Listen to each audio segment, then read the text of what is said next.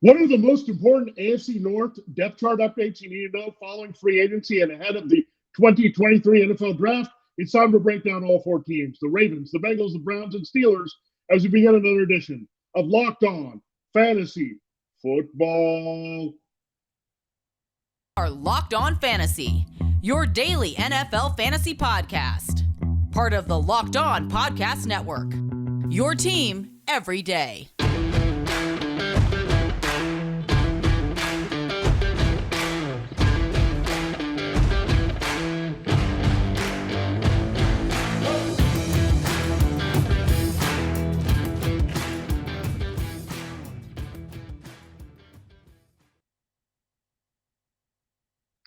Greetings, everyone, and welcome to another edition of the Locked On Fantasy Football Podcast. As usual, I'm your host, Vinnie Iyer, and I'm not doing this. I'm writing about NFL and fantasy football for SportingNews.com.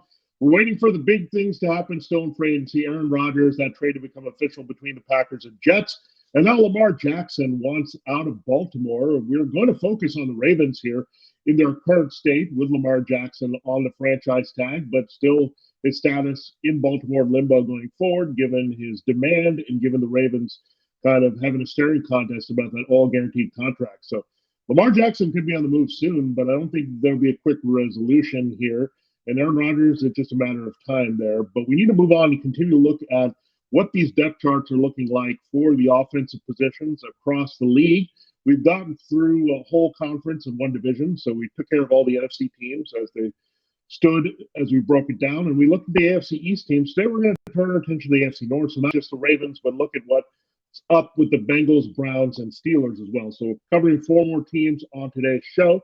Thanks again for making Locked On Fantasy Football your first listen today. Subscribe and follow for free wherever you get your podcasts, including YouTube, part of the Locked On Podcast Network, your team every day.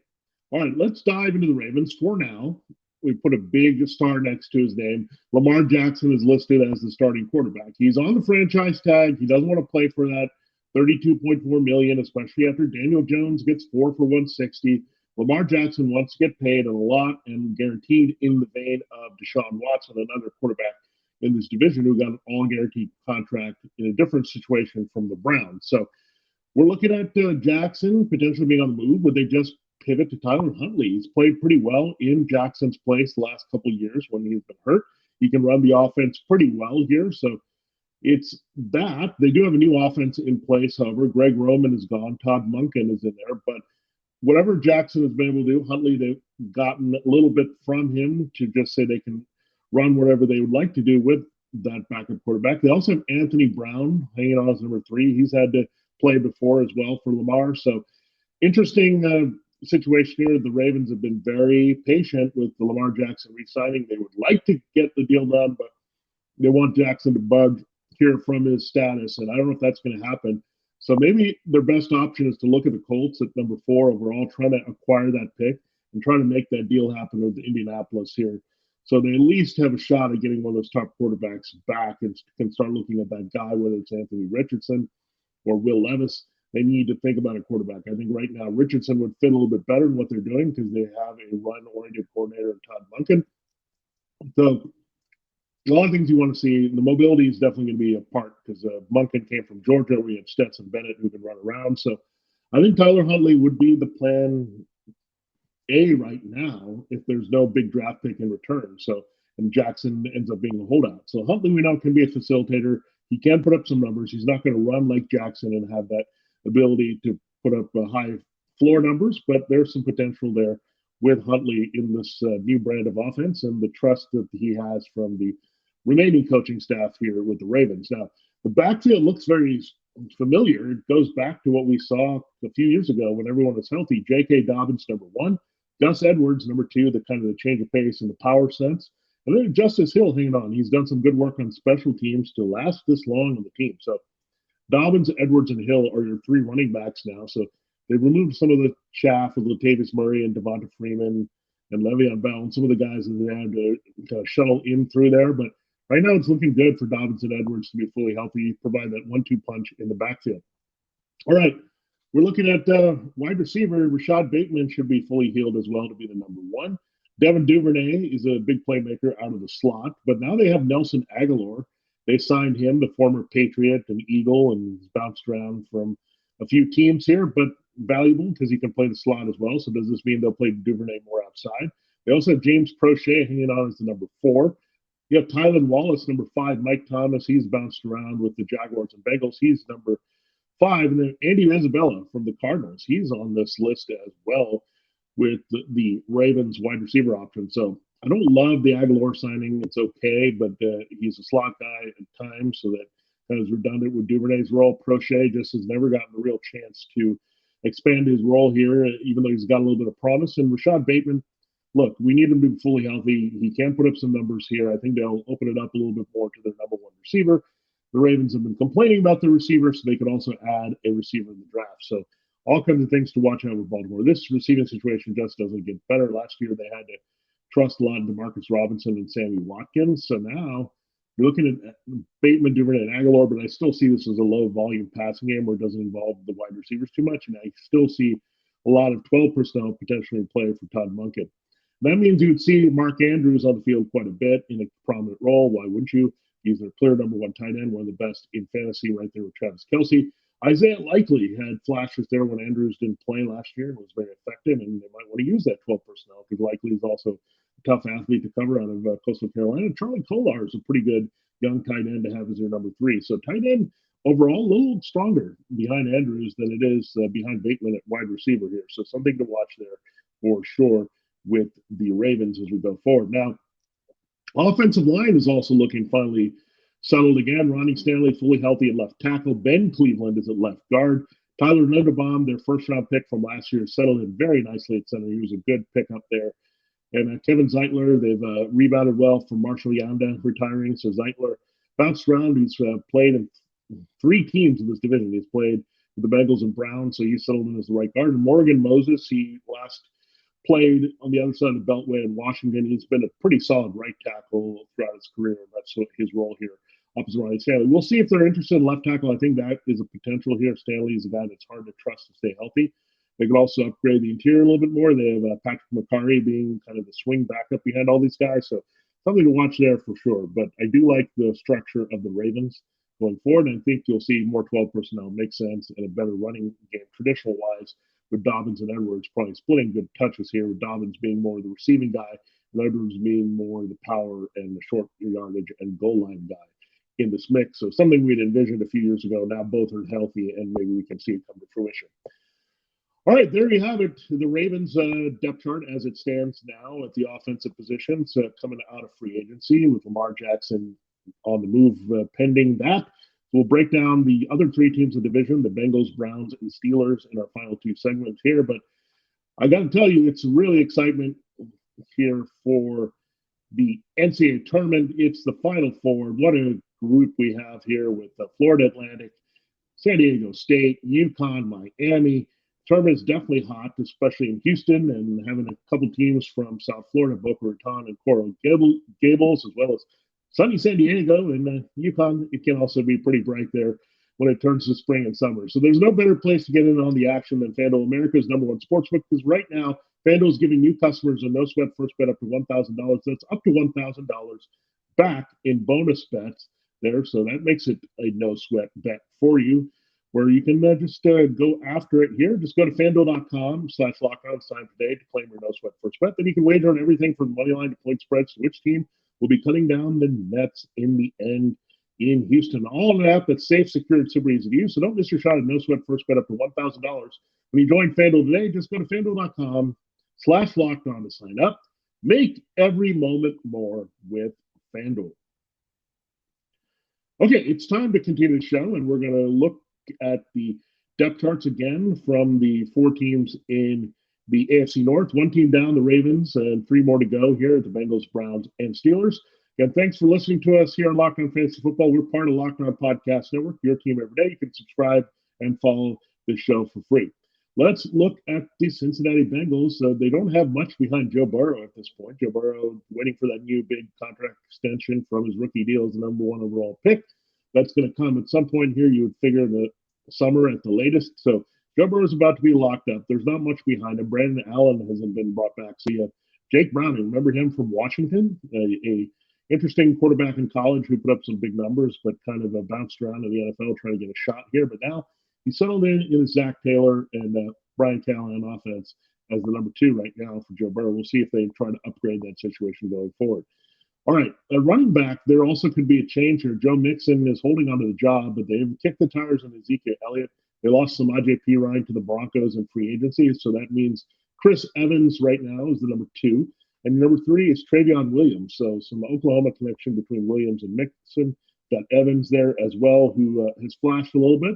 Maybe this is an opportunity if they move on from Mixon to have a Tony Pollard type situation if they bring in Elliott. So little things to watch there. I'm not settling on this backfield quite yet. And Mixon, interesting that they want to move on from him. I think they saw him slow down a little bit. He's getting a little bit older. They've spent some good money on him. They need to free up some cap here with Joe Burrow and T. Higgins need to be re-signed. I think those guys would highly be bigger priorities than a running back here.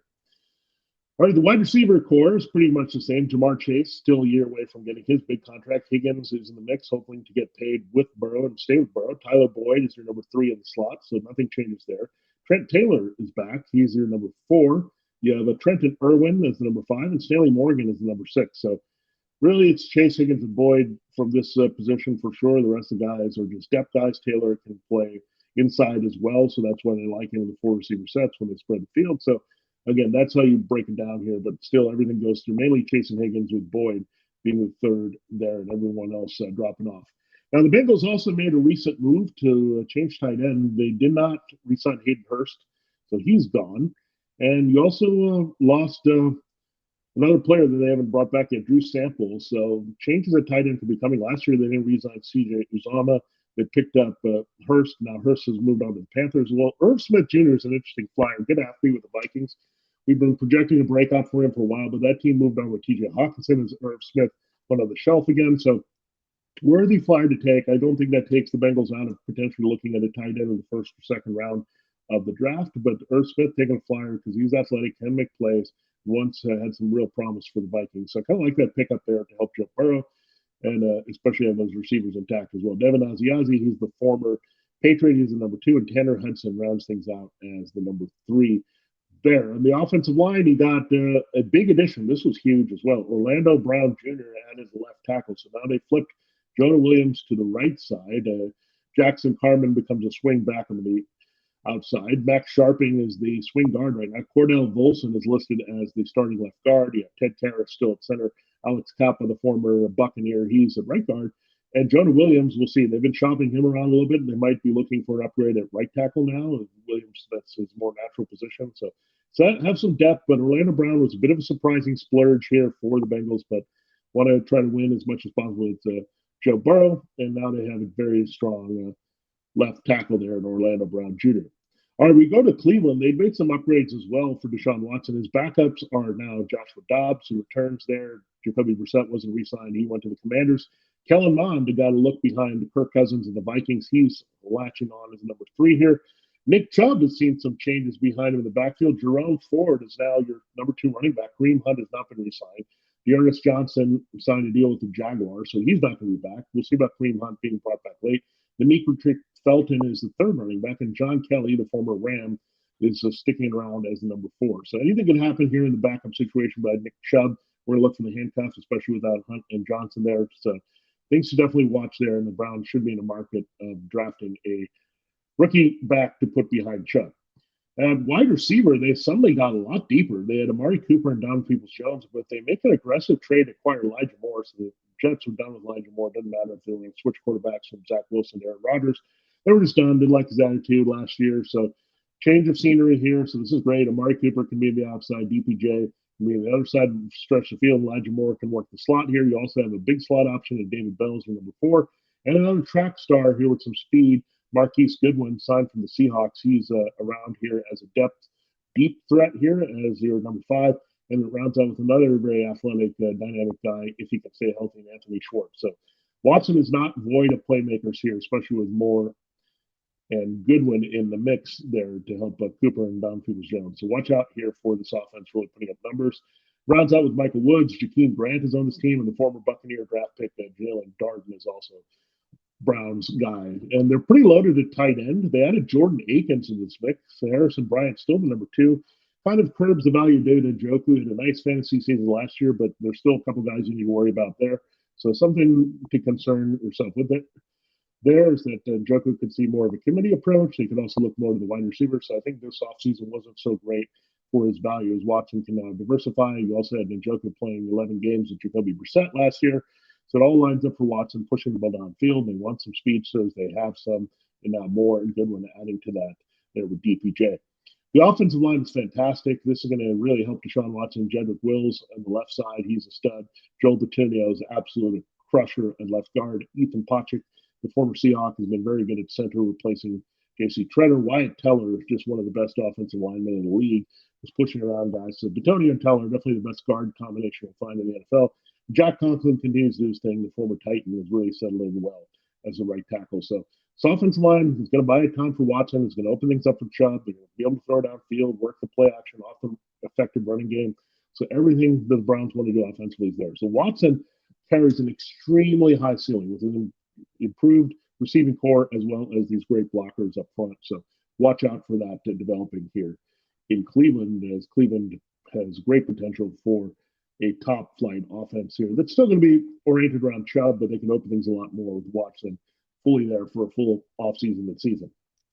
All right, we have one more team to talk about. It's the Pittsburgh Steelers. We'll get to them in our last segment. The Built March Madness bracket is here. You know you have favorite bar or puff. Now it's your time to make it count. Go to BuiltMarchMadness.com to vote for your favorites. You know, I'll be voting for the Churro Bar. There is one of my favorites. So you also have the Coconut Almond Puff. If you want your favorite team in the Final Four to win, then you'll be voting for that bar too. Support your team, support your bar or puff. And when you vote for your favorite bar puff, you'll be entered to win a drawing where 50 lucky Locked On listeners will get a free box of Built. Not only that, but one Locked On fan will win a 12-month subscription to Built to have Built's best bars or puffs delivered monthly straight to your door. You got to try Built. Built is the best protein bar ever. Seriously, they're so amazing you won't think they're good for you. What makes Built bars and puffs so good? Well, for starters, they're all high in protein, low in sugar, and covered in 100% real chocolate. That's right, real chocolate. So check it out right now. Just run to BuiltMarchMadness.com right now to vote for your favorite bar or puff and pick up a box while you're there. You can vote every day in March, so hop in and support your pick with that big chance to win more Built bars and puffs. Okay, let's close the show looking at the Pittsburgh Steelers, the team that hasn't done all that much to change, at least offensively. Some of the moves defensively have been put in place in linebacker, corner, so interesting things developing there. The Browns, by the way, didn't mention Myles Garrett. They really upgraded quite a bit with Dalvin Tomlinson and Bonio Okoronkwo from the Texans, so they really have a lot of beef up there on that Browns defense as well. The Steelers, again, most of their moves are defensively. You have Kenny Pickett still, you're your number one quarterback. Mitch Trubisky, your veteran backup now, and he's not having a chance to start anymore. You got Najee Harris, your lead back in your three. Jalen Warren proved to be a real strong backup last year. He's the preferred handcuff right now. You have Anthony McFarland hanging on as number three, and Jason Huntley is your four in Pittsburgh at this very moment. Wide receiver, Deontay Johnson, your main man outside. George Pickens should transition to a regular role outside as they have Calvin Austin III healthy. So Austin III already penciled in as the slot guy to help these two, and Austin dynamic. So watch out for Pickens and Austin, fresh legs. Kenny Pickett starting the whole season. Could be some explosive plays there to be had between those two to really help the reliable route running in Hans Johnson. All right, behind them, Gunnar Olszewski. He's the guy that was from the Patriots. They're a good return player there. Anthony Miller getting another shot, the former Bears draft pick. They had a lot of promise out of Memphis, working slot. And Cody White to 6. But this offense is going to funnel route through Johnson and Pickens. Austin is going to get a little bit more involved. Harris also catches passes. Another key element is their tight end, Pat Freiermuth. He's clearly their number one, and there's a good connection between him and Kenny Pickett. Zach Gentry was brought back here on a nice deal, so Gentry, a pretty good backup, the former Michigan fan. Connor Hayward, a little legacy guy that they have there as their third tight end. So pretty deep at all these positions when you look at it here, when you have Johnson, Pickens, and Austin, Freiermuth, and Gentry, pretty decent options there, and Warren McFarland backing up Harris as well. So they have their bases covered should they need to protect a little bit more with this team. Now, let's look at their offensive line. This is where the big void is for the Steelers. They got to figure this out here. They got Dan Moore Jr. at left tackle. They have Chukwuma Okorafor at right tackle. These are the weak spots, but the rest they've upgraded. They picked up James Daniels from the Bears last year, as well as Mason Cole from the Vikings. This year, they tapped in the NFC again. Isaac Samalo, He's their new starting left guard. So pretty good in the interior with Olo, Cole, and Daniels. Opener 4 has been okay, and they like him okay. But Dan Moore Jr. really struggled. He needs to be replaced. The Steelers figured to target Paris Johnson Jr. of Ohio State, Peter Skoronski of Northwestern, Broderick Jones of Georgia. One of these guys figures to be in the starting lineup for the Steelers here next season or this coming season to help Kenny Pickett. So really not a lot of change going on with the Steelers, but definitely a team that we're looking at as special here. So really like the Steelers and their makeup here, and really think that this division is going to be very competitive overall. When I look at it, a lot of good offensive pieces. We'll see what happens with Jackson, but Burrow in great shape with the upgraded offensive line, the weapons intact here, maybe getting even another tight end of Verse Jr. You had a couple of receivers there for Watson in his full season in Elijah Moore and Marquise Goodwin on top of what they already have. They got to address the running back depth a little bit behind Nick Chubb, and Pittsburgh really is looking very good here overall. Got to get their offensive line, but they have depth elsewhere, the offensive skill positions to help one. Kenny Pickett really potentially break out here too. So I think this division is going to be very competitive. I think the Browns might end up having the best defense really overall. When you look at it, the Bengals have the best offense here established, and the Steelers could be somewhere in between as a well-rounded team. So it would not surprise me if the Ravens lose Lamar Jackson. The other three teams all make the playoffs here in 2023 and exceed expectations. There you have it. There's a look at all four teams in the AFC North and their latest depth chart updates you need to know for fantasy football. Thanks again for making Locked On Fantasy Football your first listen every day. We did the AFC North today. It means the AFC South is on deck, so we can look at the Texans, Colts, Jaguars, and Titans there. A tough offseason for all those teams. Now make your second listen to Locked On NFL Scouting with the draft dudes from free agency drafts, salary cap management, and more. Join NFL experts Kyle Krabs and Joe Marino as they take you through what it's like to build a successful NFL franchise every Monday through Friday. Find Locked On NFL Scouting with the draft dudes wherever you get your podcasts and on YouTube. Part of Locked On Podcast Network, your team every day. For Locked On Fantasy Football, this is Vinnie Iyer. Have a great rest of your day, and we'll check you out there to look at the next set of depth charts from the AFC South.